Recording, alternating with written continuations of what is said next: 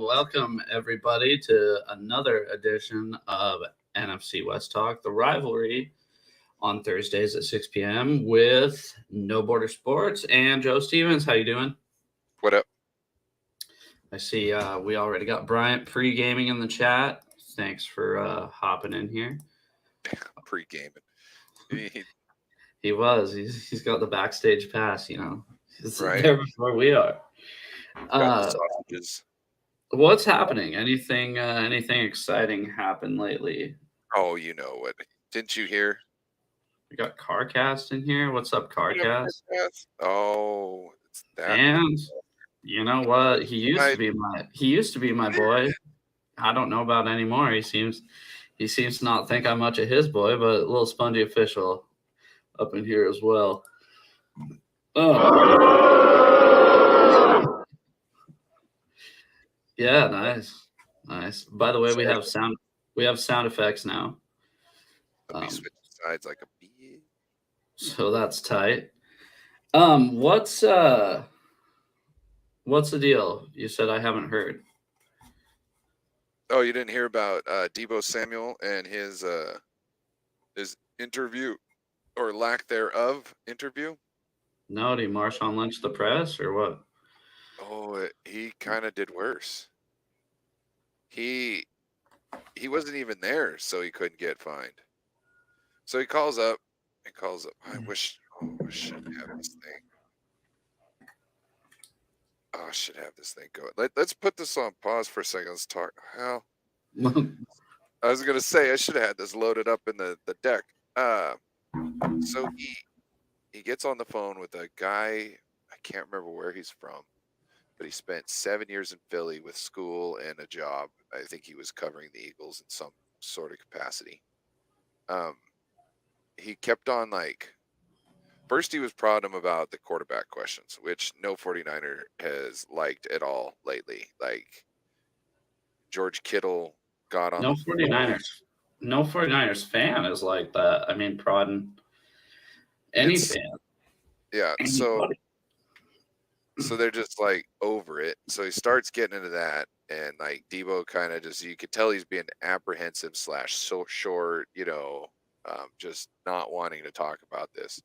So then the guy to make things better, he decides to go and talk about, oh yeah, hey, let's bring up the national championship game, NFC championship game, and he's like, dude, that was last year. We're on to this next season, and he's like, well, I kept on. What is this? He asked him 3 questions about the Philly, and on the third question, he just it sounded like he hung up, but also at the same time, he might have just passed the phone off or set the phone down, and the PR lady might have then picked it up. But she pretty much said, we got to go to camp now, which there's no camp at all right now. No, nothing for about a couple weeks. Yeah, so everybody's not everybody, sorry. Some people are up in arms in it at him because they're like, you should be able to use your words like an adult type thing. I'm essentially putting words in their mouth. I'm putting it into that phrase to kind of encompass everybody's thoughts there, kind of what it all boils down to. And then I'm a little bit irrational and a little bit of an asshole myself, so I kind of like, hey man, if you didn't cuss him out on the phone and get fined and all this and that, I'm good.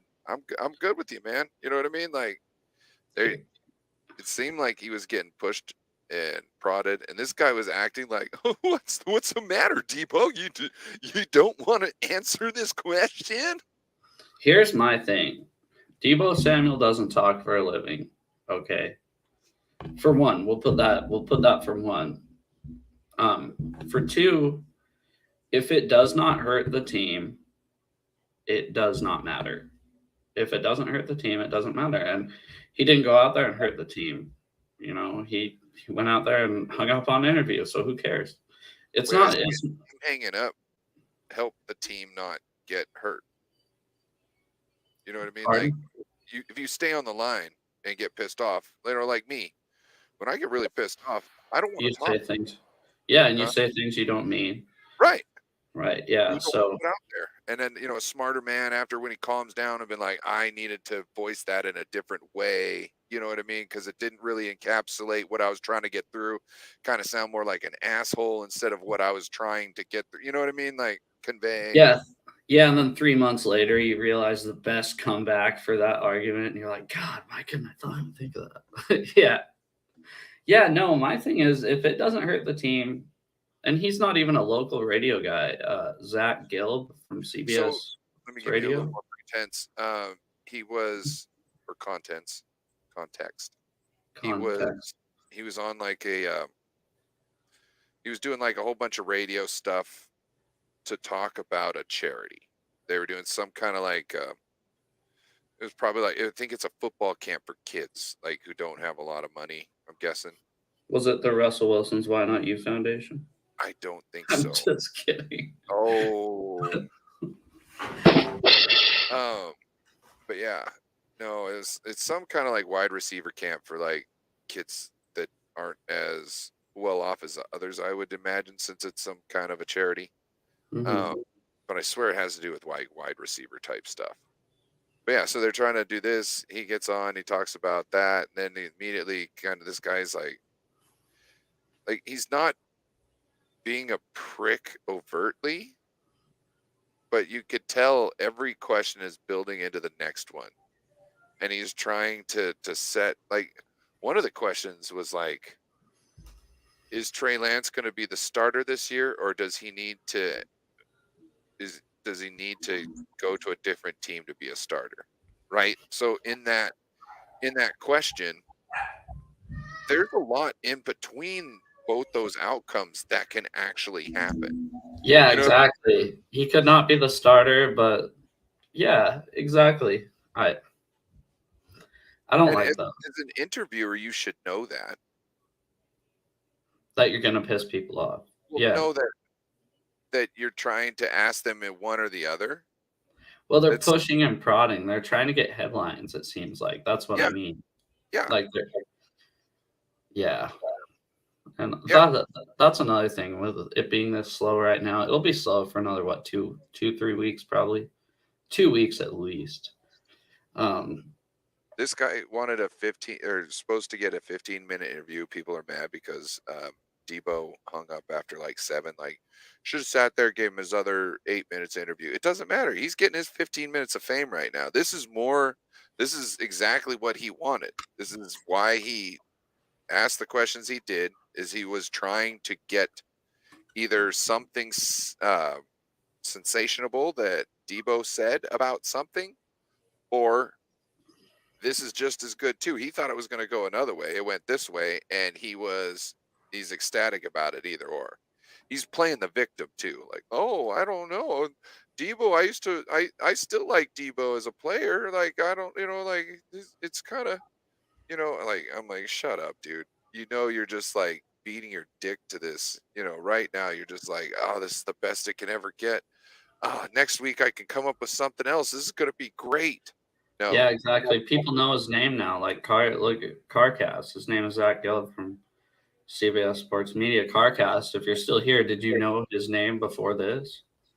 You know, Spongy. I don't think it was childish by Debo because of what we just explained. It's like, he could have stayed on and been a lot more childish than just hanging up. he's spongy.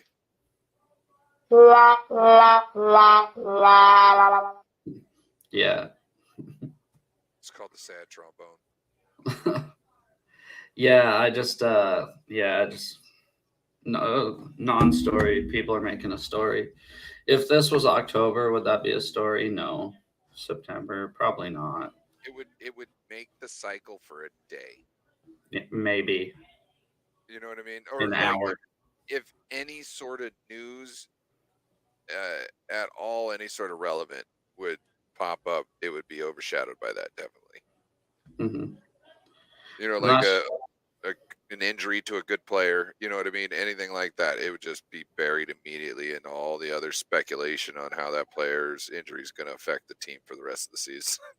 Yeah, exactly. I mean, it's not like Bryant Gumbel from CBS Sports is asking this question. He hung up on Bryant Gumbel or something like that, or hung up on Tony Romo from CBS. He's hanging up on Zach Gelb from CBS Sports Radio. Do you know who Star Jones is? No, it sounds familiar. She was on. I think she was on The View.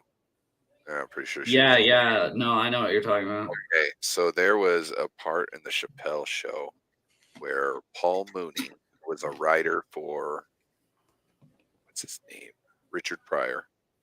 Paul Mooney had a skit where he said Star Jones will do, or he's like the prophet something Damas. I'm not gonna go full into it, but it's something Damas. Anyway, he's like, I see Star Jones in The View taking off her wig and then doing the weather. And he was talking about Bryant Gumbel. He was saying that Star Jones and Bryant Gumbel were the same person. You just take off the wig. Oh my God. Oh, Dave Chappelle did that. no, that was Paul Mooney. Oh, I love Paul Mooney. He passed away. He's a legend. Oh God, his comedy routines, they make me uncomfortable. They for some reason they make me uncomfortable, which is good. It's good to feel uncomfortable, right? And to me, it makes me laugh even harder. He uses the N-word a lot, in all sorts of different ways. And I'm like half of the half of it, I'm terrified somebody's gonna think I'm saying it as a watch. You know what I'm saying? But to me, it's hilarious, and he's got a style of comedy that not many people could pull off, and he was just amazing at it. That him and Don Rickles are some of my favorites. Don Rickles, I don't know if you know who that is, but that's the Dean Amin, El Matador. Yeah, I'll send you. I'll send you some Don Rickles stuff. He was, oh God, everybody could get it. Really? Yeah. Yeah, that's rough. Most people. He was Jewish, so he would be like, everybody can get it. There's a band, the Jews not so much. You know what I mean? Which was just hilarious. I like Nick Swartzen a lot. Oh, he's Reno 911. It almost doesn't get any better than Terry. Exactly. There's people that come up and hit the bar. There's that Zach Galifianakis, his character with the. I forgot that he was in there. Yeah, the trailer park guy. God, that's amazing. And of course, obviously, Lieutenant Dangle. I mean, that is a. Yeah, but the people they run into make the show, really. It totally makes the show. Especially Nick Swartzen and Zach Galifianakis. And that was before The Hangover even. That was even before The Hangover, so. And they pretty much go off the cuff, which some of the best shows are all improv. Because it's just, I don't know, you get enough professionals in a room, enough people who know what funny is, you can make shit happen. And it's almost like digging for gold. Once you're in that vein, you don't want to get hung up on the little stuff. You know what I mean? You don't want to get, somebody wrote some words last week that just, no, we're in a vein. We need to be just extracting all this gold while we're in here. You know what I mean? So to me, I think it sets up for you to have a better overall experience if you got the right talent in the room. Mm-hmm. Personally. Yeah, no, that was a good show. Nick Swartzen is seriously one of the funniest motherfuckers ever. You wouldn't expect it either, just by looking at him. Well, he can he slow plays everything so genius with keeping that straight face, or not even just straight, but a puzzled, weird, dumbfounded. Yeah, exactly. You know what I mean? It doesn't matter. He can hold that face, whatever you need him to. Yeah. Oh, yeah. We had a little bit of news. Not really. Quandre Diggs, the NFL Network put out their top 10 safeties. Quandre Diggs, but he wasn't on the list. I can see that. And it's true because you look up the stats and he does measure up to at least the top 8. I'd say he's better than the two at the bottom. I can't remember. I know bet one you it's all because of name power that they got there. and Yeah. the teams they play on is Oh, yeah. another big thing. Was one of them Gibson? No. And that's It might have been, but I know that one of them was Kevin Byard from Tennessee. did And Ofunga make it? who? Ofunga? I doubt it. No, I don't think so. He might this year. I'd have to look. I like Ofunga, I really do. Spongy's ready. Asking if you're ready for him to beat you in trivia. Well, that's hard to do because Ryan doesn't play trivia. He is the No, he's talking about tonight on Corey's stream. on Corey's stream. That is definitely my bad. But Spongy, what was your record last week? 0-16. I believe I was 14-1. Spongy's record was 14-1 last week. 13-1. 13-2, I believe. On which trivia? The 49ers. Was he picking? The trivia is so, let me tell you He's about picking this. after McNiner, isn't he? No. Oh, Spongy says he was 14-1. I'll verify that later. I'm pretty sure he was 11-4. So Corey buys these two 49ers trivia books, right? The same book, I heard. Yeah, so the same book. Well, it's not necessarily the same book. One book has 10 more questions. But both books have the first 80 questions are the exact same, and they're all extremely easy. Like you could probably get a 14-1 on this. Jeff went 12-3. Good job, Niner. Went 12-3. I think David Corona might even have been 14-1. Huh. You see what I'm saying? You could have been 14-1. I'm thinking I might be able to go 2-14 or 1-14. I don't know. Anyways, yeah, and then Quandre also went after all the people that were saying how Sauce was so much better than Tariq Woolen. Kind of sticking up for his teammate there. I wouldn't say he was so much better, but I think he was better. I don't. I really don't. I don't say that. I wouldn't say that Sauce was better. I'd say that they both played at a very high level, and you kind of got to. It's hard between the two. I think that if Tariq Woolen was picked 5th overall and played in New York instead of Seattle, that people would be talking about Tariq the way they'd be talking about Sauce, and people would be talking about Sauce the way they're talking about Tariq. If that makes sense. I would say that's definitely true, but to me, that still doesn't move the needle enough for me to say that he was more. But that's just personal. And I can tell you, I haven't watched. I'd have to go back and watch their tape. I'd have to watch each game in and out because it's not necessarily their stat. It's what they're doing on the other plays when the stats aren't being recorded. Like look at what's the Diggs that plays for Dallas? Trevon? I don't know, but Trevon Diggs.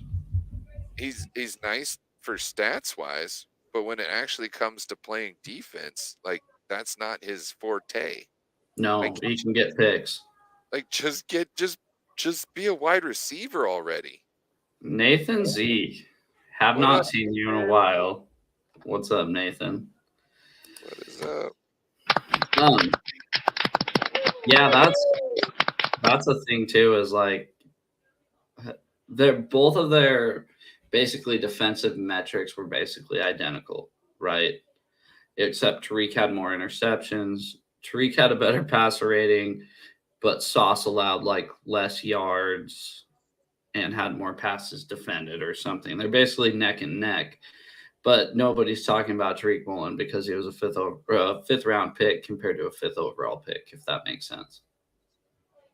See, me personally, when you just the strengths and their stats, I would go for Sauce's stats over Tariq's, just because when you're talking about giving up and defending, to me, I want my cornerback to do that more than I want them to really be getting interceptions, because that's going to make it. It's going to make my defensive line being able to get after somebody. Well, And let's look it up first. Is that fine? Because I haven't looked at them in a while. Go ahead. I'm just saying, to me, I would rather have those stats, just because it works with the team more than just an individual. You know what I mean? And if you can have two guys on the outside that's doing that, your safeties are going to eat and your defensive line's going to eat. You know what I mean? Like, it's going to be nasty, bro. And that's okay. Go ahead. Gardner has a better, I guess, incompletion percentage. Just Gardner, the receptions were 36 out of 76, where Tariq's were 38 out of 68.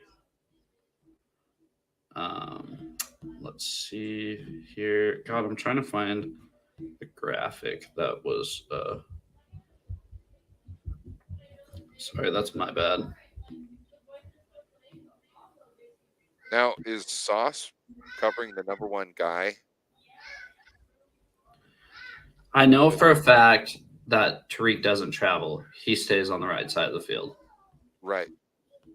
I don't know about Sauce, which I'm assuming, because Robert Saleh is a guy from Seattle, I'd assume that he stays on one side, but I could be completely wrong.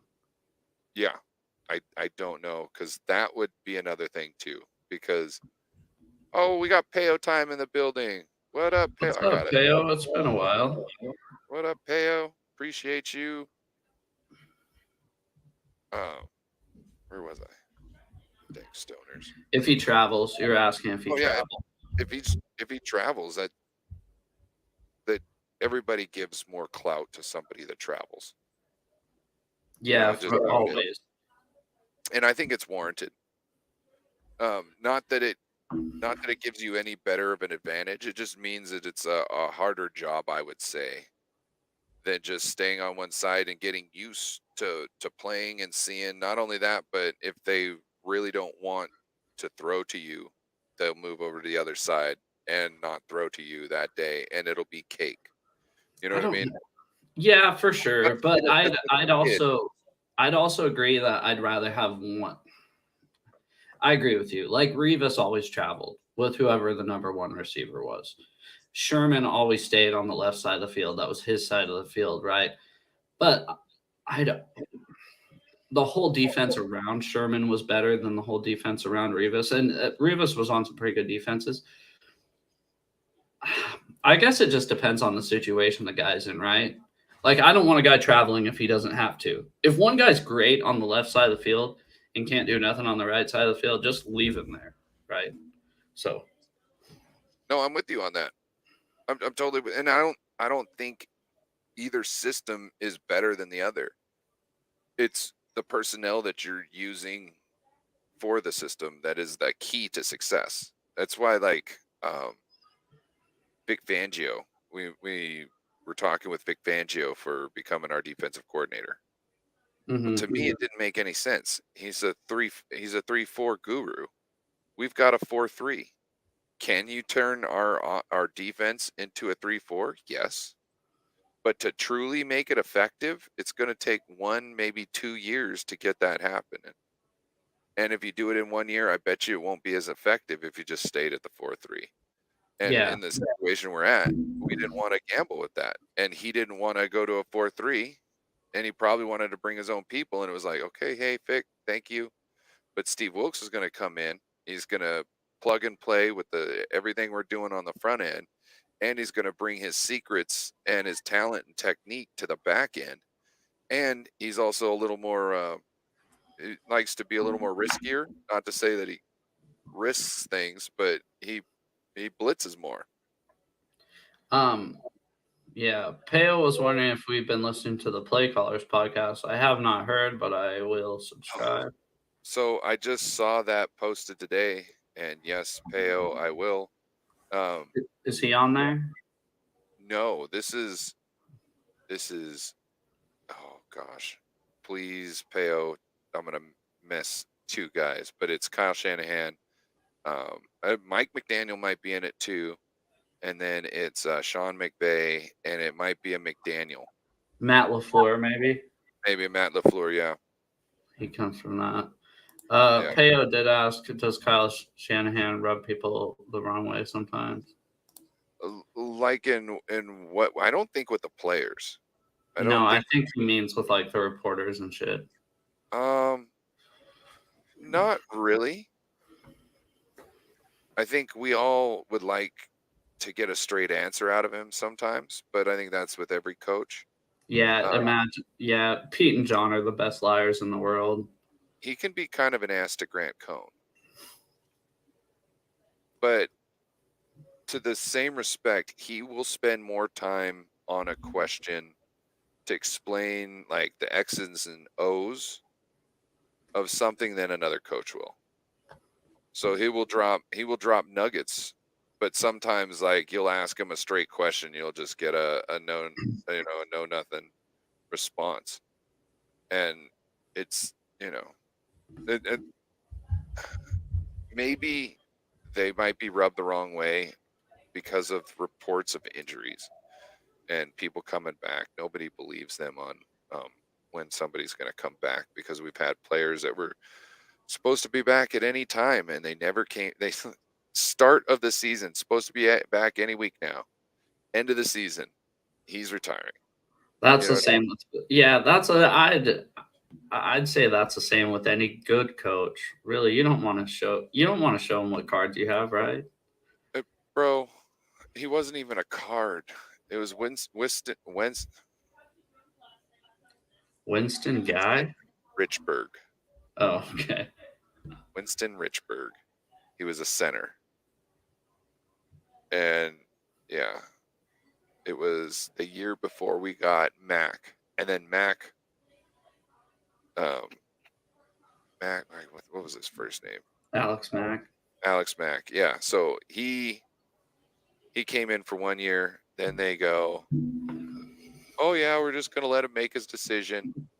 And like after the draft happens, he's like, yeah, I'm retiring. Shut up. What now? You cut, like, you piece of shit. And then the whole time Kyle's like, oh yeah. And we figured it out. We figured it out. We got ourselves Mike Brendel, and we just signed him to a 4-year contract. I think something like a little under $5 million a year. So my absolute dream would be not absolute dream.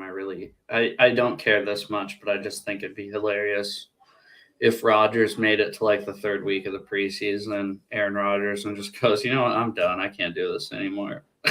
And then the Jets are stuck with Zach Wilson again. I don't think that's going to happen at all. No, I don't ever. Not in but it would still be hilarious. I think. Oh, so Aaron Rodgers is now coached by Robert Saleh. And Robert Saleh is a very good motivator of men.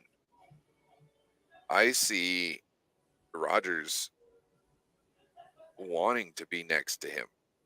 You know what I mean? Because I think there's certain kind of personality traits that he sees in him that's really good. And he's like, I might be able to pick up some words of wisdom from this guy, essentially. Not to say that it all hinges on this, but I also think he thinks he's got a team there that he can get stuff done. Look at what he was doing over there in Green Bay, what he was working with in Green Bay. The Jets have done everything they could to surround Wilson with everything they can to make him good. And now Aaron Rodgers is going to come in there and benefit from all that hard work that the GM put in. So, and the coaches have done training people. So I think that Aaron Rodgers depending how the season ends, if there any sort of like if they sniff the playoffs, I believe Aaron Rodgers will be back. And it even might be one of them friendly deals so that you can keep everybody on the team. Because he's like, hey, I'm not, like I already got my bag. At Mhm. this point, let's win another one. I think we got a team. Let's just make sure everybody who's here can stay here. Maybe we get another thing. You pay me a little bit of money. Like I said, already got the bag a couple times, homie. A few times, yeah. A Few few times. times. You know what I'm saying? Yeah. Can I get back to the stat here, please? Yes. Um, so this is just coverage stats. Tariq allowed less yards than Sauce. He had more interceptions than Sauce. I guess the completion percentage was better throughout the regular season. Tariq Woolen, quarterbacks had a worse quarterback rating against him than Sauce Gardner. Yeah. So I don't know. Like I said, I think it'd have to come down to watching the play. Yeah, for real. And so his run grade wasn't very good on PFF, Tariq Woolen. But if you watch the first half of the season, he was just kind of a shitty tackler, and it got better and better and better throughout the season, which is obviously a good sign than getting worse and worse and worse. So You can't play on our defense. You can't start on our defense if you can't come up and make a tackle in the run yeah, game. that used to be a thing with the Seahawks forever, and it kind of faded away. So Yeah. No, that should totally be a thing. I'm sorry. That should totally be a thing. That you're you're never too big to do nothing. You know what I mean? Like you got to do the. Doesn't matter if you're a pro. You got to do the fucking the shit work. Everybody's got to take a bite when it's their turn. You know what I mean? It doesn't matter. yeah, he was arm tackling like crazy. So it was like I don't play those games. You me got to get. neither. You Hey, should bro, watch the whole Seahawks defense the first 3 weeks of the season. You're like, you what are we watching? you could take the rest of the series off. I don't care. I'll get somebody else out there. But you make sure that one play that guy stops. You know what I mean? Exactly. Um, I see he brought up the Legion of Boom a little bit here. Speaking of the Legion Boom, Richard Sherman and Cam Chancellor, somebody else, I want to say it was Cliff Averill, I could be wrong, are opening a bar in September called Legion. It'll be a sports bar in Bellevue. So if you're ever up in Bellevue, or I guess down in Bellevue for you, go check out the Legion of Boom bar in Bellevue Bellevue, home of more millionaires per capita than than anywhere any in the city in United the world, States. especially the neighborhood of Medina. I remember I went to a bar there that was like, and I think it was in like a shopping area. It might have been in an apartment complex or something like that. All I remember is there was some older ladies that were trying to get a piece. I just Mhm. remember looking over and they were just like, "Hey," and I was just like, "Whoop, I'm over here with this." And they probably had the biggest wedding ring. They probably had the biggest diamonds on their wedding rings too. Bro, bro. I was like, "Oh man, yeah, they definitely had money. They definitely had money." And I was just like, "All right, this is trouble. This is trouble. I don't know what the hell this is, but I am minding my own damn business tonight, boy." He did ask a football question. Peo did a serious football question. What players do you each want to see the most during preseason of your teams? How about you? Who are you interested in seeing? I hands down Trey Lance. Yeah. But besides Trey Lance, I want to see Braden Willis. I want to see. Oh gosh, what's his name? Uh, Shoot, he played for the Wolverines. Ronnie Bell. I want to see some Ronnie Bell. Ronnie Bell is like might be our new Jawan Jennings after we can't pay Jawan Jennings his bag and he moves on. So to me, I kind of want to see what that guy's got. Also, um, Braden Willis, but Cameron Latu is the other tight end we picked up, and I really want to see what those guys got because we have so many less rest days than our opponents that I really think the 49ers need to think about resting players, at some point in time during the season and let our depth handle things. And I'm not Not saying on, not only that, but injury takes place. Injury does take place, especially. This isn't me being a dick or anything. It seems like injury takes place with the 49ers more than any other team in the NFL. Yeah. And it seemed that way for the past 5 years. Yeah. So 2020 was horrible. I don't know if you remember that. I want to say 2018 was really bad too. The year before you guys played the Chiefs in the Super Bowl. No, it wasn't that bad, but it was bad. But 20 was bad. It was the worst out of ever in my life, I think. We had one guy who just, I think he stood up and he tore his ACL or his Stood up. Yeah. Well, they go extremely hard. You got to understand that the 49 what you see in game, that's what they're doing to each other in practice. And that's the same with the Seahawks. Same exact thing. It's a competition every day. I don't know if it's the same. It is. Oh. If you hear players talk about it, like you'll be like, there'll be players that come from other organizations and go, is it like this every day? And they go, oh yeah. He goes, no Okay. fucking way. Because we get that a lot. Yeah, like same to the point where 2 years ago in the playoffs, the Cowboys were like, we're going to put the pads on a day early this week to get ready for the 49ers. Like, bro, let me explain something to you. An extra day of pads in 1 week out of the season is not going to get you ready. You got to do that all season long. You know what I mean? Like, there's got to be no question in your mind what you're about to do to this person right in front of you. You know what I mean? No hesitation. And that's when you do it all year long and, see the benefits from it. You don't hesitate whatsoever. You're about ready to make some money, pancaking somebody. Mm-hmm. You can't just put on pads an extra day a week. You have to live that life. You can't just, show up. Like the 49ers when we played the Cardinals in Mexico City. The 49ers flew out to Denver first for a week so they could train at altitude in Denver. I heard that, yeah. To then, you know what I mean? Like, it's not about showing up. It's about showing up 100% ready as you can get. You know what I mean? Like, as tuned up as you can get. Yeah, I heard there was a player he come in from the Lions, and he goes, I guess he kind of like he had like a soft tissue deal, so he sat out the day of practice and he was just looking. And he goes, Pete goes up to him and goes, "Hey, pretty intense, huh?" and he goes, "Yeah, is it like this every day?" And Pete goes, "Oh, this day's light work. Don't worry, it'll get better."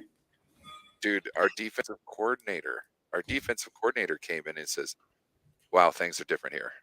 And he says, "What?" He says, "First day OTAs. These guys are hitting like it's fucking mid-season. You know what I'm saying? These guys are, like they're going as hard as they can. You know what I mean? Mhm. Like this is because it's the standards that's set. Like you can't like Christian McCaffrey was out there. People were like, "Oh my God, look at Christian McCaffrey." There's a standard to be set. And if you're not going to set it, you're not going to be able to compete for any sort of championship. You know what I mean? You have to set a standard. So And it has to be the whole group doing it. It can't just be one or two. It can't even be half. It has to be the whole group. Everybody has to buy in, and they all have to know that this is the standard. Anything below it, it can work, but it is not okay. The standard is this and above. You know what I mean? And and if you think you could just call it in, you're not getting anywhere in this league because everybody is. It's like Kyler Murray. and his homework clause. Like, bro, if they gotta tell you to do the homework, you can't. There's no way you're gonna be the guy. There's no way you're gonna be the guy, because it has to be inside you to want to do all that horrible tape. Go through all that stuff. You know what I mean? You have to love it. You have to love it more than anything. And those are the guys who are successful in this game. It's serious. Yeah, no, for sure. I just want to see the rookies, the 2 first rounders. I want to see Njigba and Witherspoon. That's it. Answer to Pam's question there. I'm wondering what your outsides are going to look against us next year. This is probably my favorite question I got of the day. I've been waiting to get on this one. Would you invite a girl over to watch your team as a first date? Is that too soon? Asking for a friend? Absolutely not. I would not invite a girl over to watch the Seahawks as a third date with me. I just can't. I can't do it. Go ahead. Oh, Peo, this is. I'm just gonna give you advice. It's not in a relationship. It's not what you want. It's what you can stand. And if she can stand watching the Rams with you, that's a keeper. You know what I'm saying? You got that now. Now you just, you got to make sure you pay enough attention to her the other hours of the week, and she'll stick by you. But it's the first date, he's saying. See, that's the thing is I don't think the first date it would just be like her next to a brick wall with me because I don't want to talk about fucking anything other than the Seahawks in that game. Yep. So well, I got that, but I think Peo's a little different. I think Peo could sit there and have a great time, but you also got to think this, Peo. Are you going to be able to enjoy the game at all when you're having to concentrate on someone you think you might really appreciate and might want to spend time with in the future? You know what I'm saying? So look, I wouldn't say it's a bad thing. I would probably ask her first. If she's going to be with you, she's going to have to understand about these Rams. Also, I know too you're from Canada, so it's not really feasible. I'd rather take a girl to a game on a first date than have her come to your house to watch the game. Because you should go to a bar, and you should go to the bar, get the spread. I've never watched a game at a bar in my life. A game that actually I lied. I freaking did. I did watch a game at a bar. It wasn't the Seahawks though. It was basically a Seahawks game. Bro. So you remember last season the Seahawks beat the Rams the last week of the year, right? And the Lions had to beat the Packers in order for us to get to the playoffs. I took my friend Grady. He goes, "Hey." So and he doesn't really keep up, but he understands football, but he doesn't keep up with everything that's going on. So he goes, "Hey, so you think we should go to a Sluggers and watch that Packers game to see if the Seahawks make the playoffs?" I go, "I'm not gonna watch the Seahawks get bounced from playoffs. I'm already happy the Seahawks won. Let's just go home." So we're listening to it on the radio. It's like halftime. The game's close. And I'm like, fuck this. So we go to Lost Dutchman in Maple Valley. We watch it. And I think we were one of like 4 people there. That's the only time I watch a game that I cared about in a bar. It's, me being a fan in, enemy territory or in, somebody else's territory, essentially. It's kind of fun because there's Niners fans everywhere. And when we see each other across the room, we give the the head nod, like what the hell you know what you're talking about. And the people talk shit, but the Niners usually come through. I just can't stand. I cannot stand watching the game with dumb fucks that don't know what they're talking about. Oh, see, that's why you got to have a table away from the dumb fucks. So you can make jokes about how dumb they are, you know what I mean? And they don't hear you. And then and then you become friends with the waitresses because you make jokes to the waitresses or waiters. You know what I mean? Sorry. We used to go to Buffalo Wild Wings, and a lot of the wait staff was female.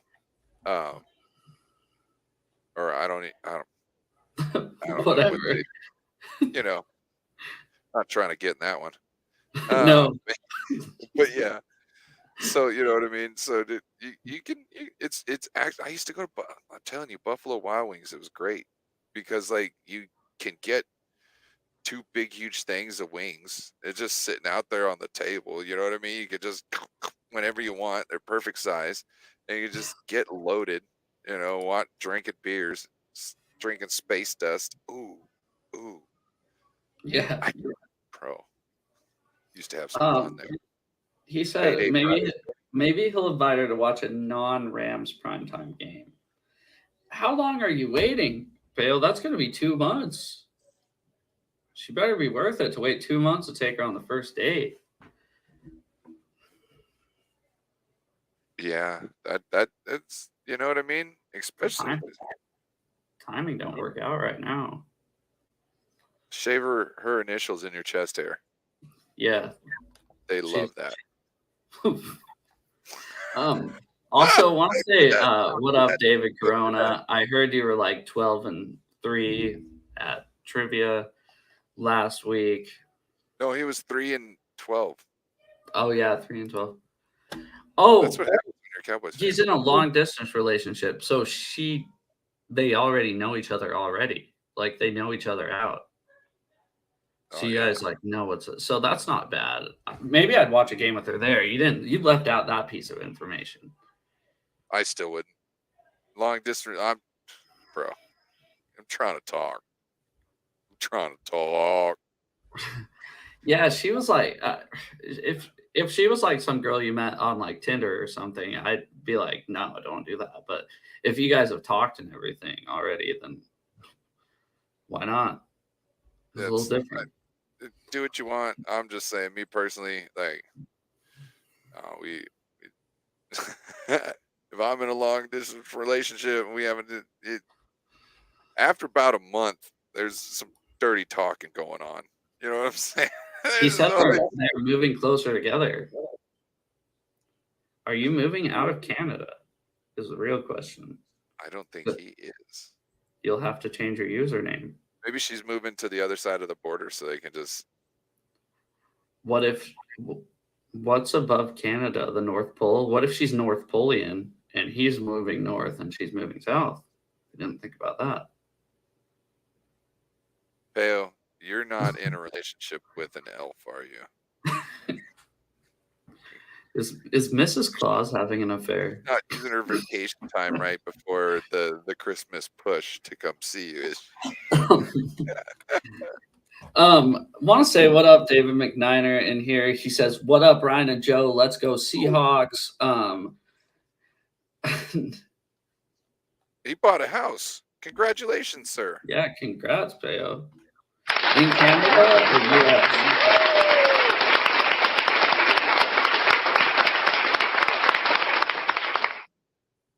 Canada or the US, Peo? Look at Nathan's comment. You're moving to a different part of Canada. Are you moving to the west side? Sorry. Hell yeah, he's gonna move to Vancouver. He's gonna become a Seahawks fan. You better move to Vancouver, because British Columbia. Then we can have a beer. Yeah, we can have a pint. Eh? Some poutine. Hey, you can take me on a rip. Still East Coast. Oh, what the fuck are we talking about then, Peo? Hey, what'd you want to give a shout out to that place we went to on when we saw Tom Grossi? I don't remember the name of that place, but they were awesome. Tacos and Tequila, big shout out to them. Down in Seattle. Their tacos are. You didn't like them? Well, let's just say I'd rather pay half that money at a taco truck. I would have been like, yes. You know what I'm saying? They don't have beer though. Taco trucks don't have beer. They don't have beer for a lot of people, but eventually I'd be able to get a beer off them. And then the Press Box, brand new bar in Seattle. If you guys are ever there, they gave us free drinks, and they did have quite a nice bar with a beer cooler built into the bar, which I've actually never seen before. That was probably So where the bartender would normally place your glass after making your drink or setting it, right up towards the lip, as far away from you. They got this metal. It's almost like a trough, but there's no trough there. It's just this metal. Well, it is a trough, and then they've got something over the top of it that has a cooling agent in it, and it just frosts up that whole thing. So you set your beer there, and it's not sitting on a warm counter. It's sitting on a frozen piece of metal that keeps your beer cold. I really enjoyed that. I've never seen that before. Yeah. No, I was like, this is the shit. And shout out to you for paying for that. I tried to buy a round. He says, no, I got to drive. I go to take a piss. I come back. There's another beer. I'm like, oh God, bro. Which I had to jump off the Seattle light rail I don't think it was the U district. It's in what's the other fruity district that's on the way north? Capitol Hill. They might have been. I shouldn't have said fruity. That's my bad there. Wait, Capitol Hill. It might have been Capitol Hill. But that's my bad, because as soon as you said that, that's what. There was no place anywhere to use the facilities. So I'm like, there's a trail that's like seriously like steeper than 45 degrees, and I'm holding onto the tree and using a water bottle because I didn't want to do it right there, because there's a path where the only way you can get up it is by like crawling like this. So I'm not trying to relieve myself in the middle of the path that somebody's. It was a homeless camp, wasn't it? You went pee in a homeless camp. Oh, no. And it was really clean. That's why I was like, this is well traveled by people that give a shit. So I was like, I'm not going to just be a douche. You know what I mean? I'm going to. So I collected everything. And then on the way back, I, took it out of my little bag and tossed it in the thing. And there we go. And we got back on the train. I drove like 45 minutes till I got home, or an hour or so. And then, we were good. True. Yeah, that was fun.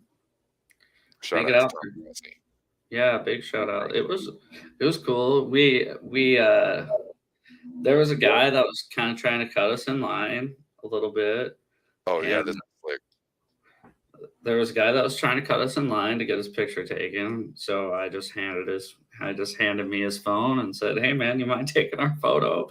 And he was like, "Well, fuck, I can't cut you guys anymore." He's like, "Huh?" He's like, "Yeah, me and him, we got to take a picture together with Tom."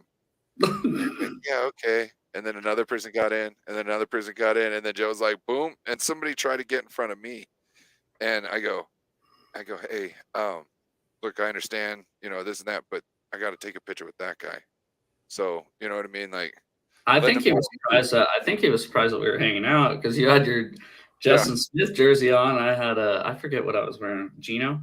We both had Smith jerseys on, didn't we? I think I had a Gino Smith jersey on. That second guy was like, "No, just if you just let me get out of the way, you'll get your picture quicker." You know what I mean? Like, it was like, hey, like, we got a 2-for-1 going here. So you know what I'm saying? He's already in line. So if you just let me get out of the way, it'll be quicker to get you. Yeah, that was pretty. Thank God he moved to the other side of the street, though, because otherwise, I don't even know if we would have been standing there for a while. We would have been standing there for a while. Yeah, he moved to the other side of the street, and we were like, "Oh, fuck it." If we were standing there for a while, we might have been able to have a little bit better of a moment, because right when we got there, right when he moved over there, it was like go time. We got to get through most of this stuff in an hour. We got to get through these guys in an hour, and it was. Well, so to tell you guys, everybody in the chat, the truth, we're kind of standing there. I get there, and I didn't expect there to be that many people there. I really didn't. I get there, and we kind of stand there for like, 5-10 minutes. And I'm like, yo, fuck this. You want? What'd you say? Joe shows up late. Yeah, I'm always late. News. If anybody knows me personally, like in the panel here, you know that I'm not really on time very often. So we went. I got there late, obviously, and we're kind of standing there for like 5-10 minutes. I'm like, "Fuck this, dude! I'm hungry and I need a beer. You want to go with me to tacos and tequila?" So we're like, "Yeah, fuck it." So we come back, and the same exact people are in the same exact spot when we Dude, come back, like an hour nothing late. moved. No, so that was awesome. Oh, Brian Culp is back. He wishes he could have seen us in Seattle. Brian, you're not the only one. I mean, people were asking to take photos with us the whole time we were there. They're like, "Don't you guys do the rivalry show?" Bro, like, I'm so glad I brought Mace. Yeah, we had to keep people back. They're like, "Oh shit!" So Seahawks talking no Cougars. when I was walking from the light rail, I round this corner and I see there's a Packers fan right there. And I was like, "Oh, I know where you're going." He's like, "Oh yeah." Then across the street, you see a Seahawks guy, and he's like losing his shit, right? Like, "Yeah, come on, like, okay." So walk across the street, and he's like, "I just thought I'd wait for you guys. We're all going to the same place." And I was like, "Okay, we're all going to the fucking A." We get there, you know what I mean? Like, I'd stand back, they all kind of get in the crowd. You know what I mean? I was I like, hate being the one in the. I'm not a bum rusher, so I feel that. yeah, I'm a get in line and wait your turn type of guy, Me too. and all that other stuff. Like, I seen Norb Cam, and he did that. "Oh, I got to get to the front." You know what I mean? And he moved up there and had his time with Tom Grassi, but I was just like, I hate that To stuff. be fair, as soon as he got there, people were going, "Norbcam, get in the front, get in the front," Yeah. and he's like, Oh, no, "Oh, that's totally true. yeah, Well, me too." he was chilling back there and he was waiting his turn, and then, like, yeah, when people started, they noticed him on the other side of him. He started going, but yeah, no, I just and it's not. I can't hold everybody to my same standard.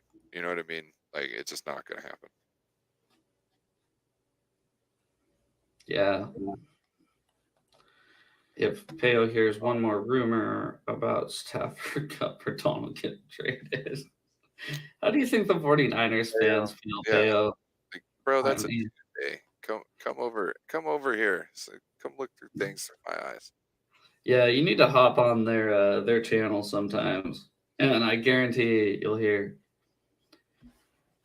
So if that means that Purdy's back by this time with his shoulder surgery, do you think he could start this week? And it's like, God, just stop. Just stop. We talked about it. Everybody's talked about it. Bro, people are like, oh, it's bad. But anyways, you got anything else? Let's see what. Jeez, it's already been an hour. I guess Corey's channel. I don't want to cut into Corey's channel Yeah, time here. no. Everybody, make sure to go. You'll at least see me on Corey Davis's channel here in like a minute for the trivia. Also, if you're not doing anything tomorrow night, please come and swing by my channel starting at 6 o'clock. We do the Friday or the weekly NFL variety show. It's usually a little bit of a hoot. We'll have a Not little 7 o'clock, by the way. So don't be no, like invited onto the show and be a jackass and show up at 6:45 thinking you're early. yeah. But we'll have another Connect Four. We should have Jeopardy, and we'll have more stat type trivias. Plus, we might have a lot more to talk about with the NFL this week. Tom Gruden or Mike Gruden or John Gruden and all that good stuff. So I heard a little bit about it. I'm gonna have to do my research. So yes, please. Love all to hear right. it. Well, with that, everybody, thank you so much for tuning in. We really appreciate all you for tuning in. We will see you next Thursday.